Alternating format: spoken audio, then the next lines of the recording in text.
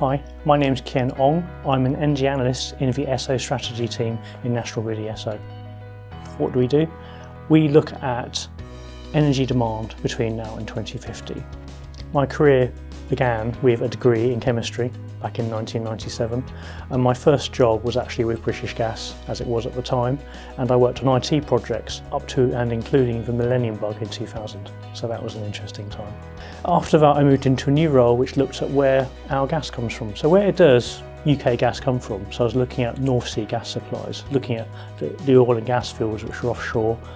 Going forward, what did I do after that? Well, I then did that career move in 2012 where I moved into energy demand analysis and started looking at energy demand. What do we need as a country? What do we need as families and as customers? What do we need to do our jobs and live our lives? And that was also very interesting. It's fascinating. You start looking at human behaviour and human trends. You know, mobile phones, we've seen them change the world.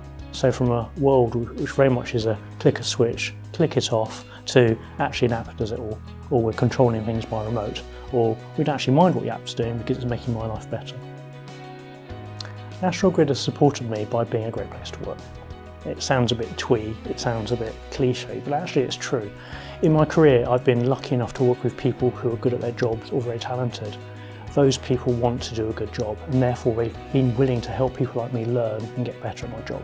So a lot of my career development has actually been working with great teams, great people who have helped me along and helped me become better than I was. They've helped train me, they've mentored me and they've coached me. So a lot of our job is you'll have somebody senior, somebody junior. The senior lead will take responsibility but actually help bring that person up to speed. The thing I love most about working in this industry is that this industry is helping to bring electricity, heat and light to people. There's a lot to feel good about in that job. You know, we're helping people live their lives, we're helping people do their jobs, we're keeping people comfortable, we're giving them light and heat when they need it. And actually that's a huge, huge privilege.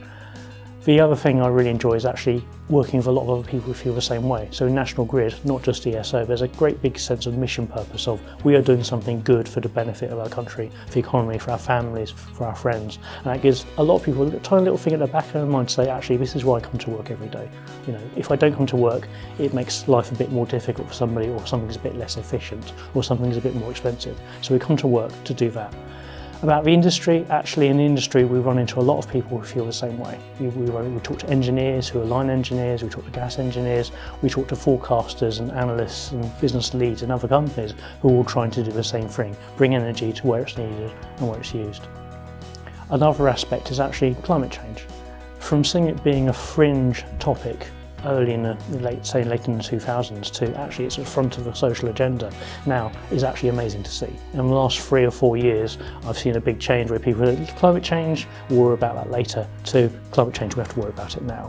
What can we do? What can we achieve? Who do we need to lobby to make it happen quicker? National Grid is a really diverse company. There's people from all over the world, and actually even in my team there's people from all over the world in my team as well. And that's really good because we get people with different ideas, we get people with different backgrounds, with different training and skills. And so when we're looking at projects or problems or opportunities, that means that we've got the best skill set we can possibly get, the best idea set. And it's not just diversity of background, it's also age ranges as well. So I'm actually one of the older people on the team, and you know, my way of thinking has been called old school, where we've got people who are straight out of university and they've got the newest ideas, the newest concepts, and actually when you merge those two, you can get a better answer than you might have done if you just looked at, say, one solution or one skill set. My best personal career moments have been watching people I work with get promoted.